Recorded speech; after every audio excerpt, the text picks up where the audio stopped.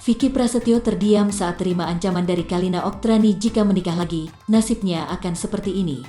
Baru-baru ini Vicky Prasetyo mengaku tertarik untuk menikahi seorang janda. Dia menceritakan ada DM dari seorang wanita yang mengaku punya 2 anak dan suaminya baru meninggal. Iba dengan wanita tersebut, Vicky berniat menikahi wanita itu untuk membantunya. Lantas, tanpa basa-basi, pria berjuluk gladiator itu meminta izin untuk menikah lagi pada sang istri tercinta, Kalina Oktarani. Sayang, tadi itu ada yang DM aku pas aku pulang syuting.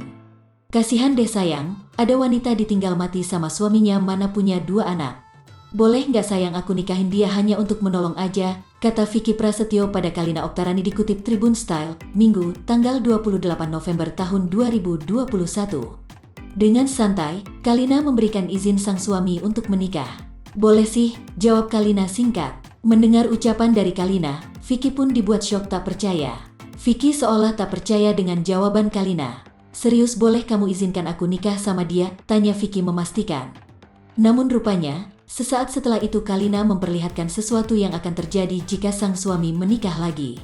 Ya asalkan kamu mau kayak gini, jawab Kalina sembari memperlihatkan sendok makan di tangannya yang sudah bengkok.